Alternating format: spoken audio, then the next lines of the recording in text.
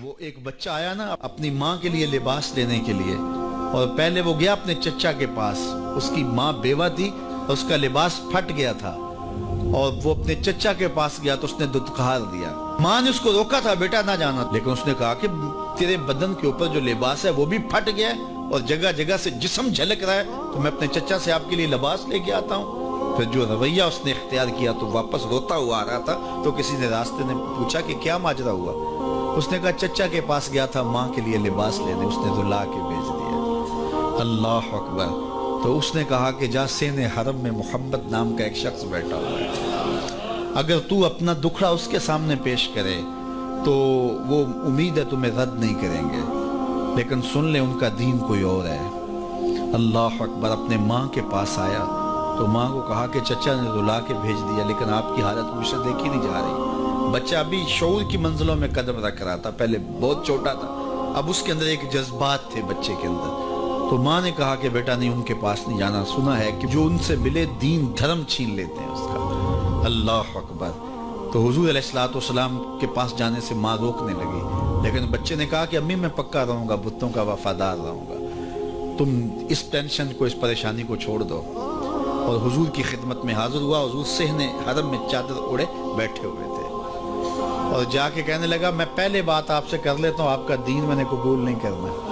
حضور مسکرا کے بولے بیٹا بتاؤ کس لیے آئے ہو؟ کہا میری ماں بے لباس ہے، میں آپ سے لباس لینے آیا. حضور نے چادر رحمت اتار کے اس کے کندھوں پہ ڈال دیا. اللہ اکبر. وہ واپس آ گیا اور ماں پر حضور کی چادر اڑائی. اللہ اکبر. اور ماں نے کہا کہ بیٹے اس نے اپنا دین تو نہیں تجھے دیا؟ کہا نہ، میں نے پہلے کہہ دیا تھا تیرے دین نہیں مانوں گا. ماں کہنے لگی پتر اس کا دین ماننا چاہیے، یہ جس نے رحمت کی چادر ہمارے سر پہ تار دی. اللہ اکبر. تیری تک کے ادامہ میں مرید ہو گئے.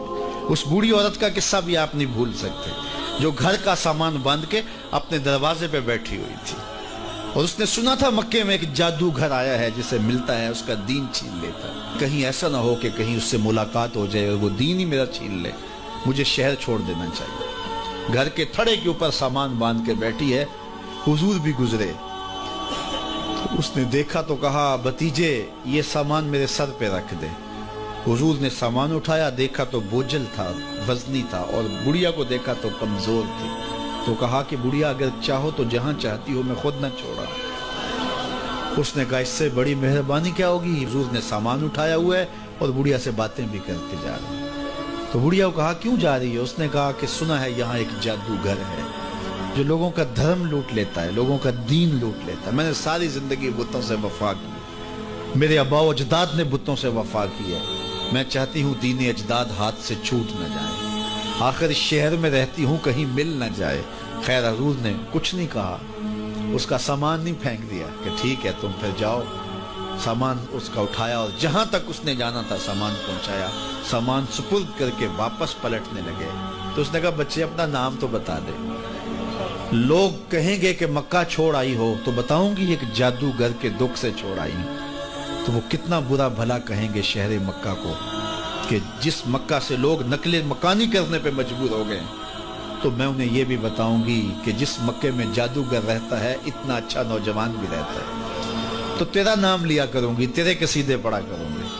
تو حضور علیہ السلام مسکرا پڑے. کہا بڑھیا جس جادوگر سے بھاگ کے آئی ہے وہ تیرے سامنے کھڑا ہے.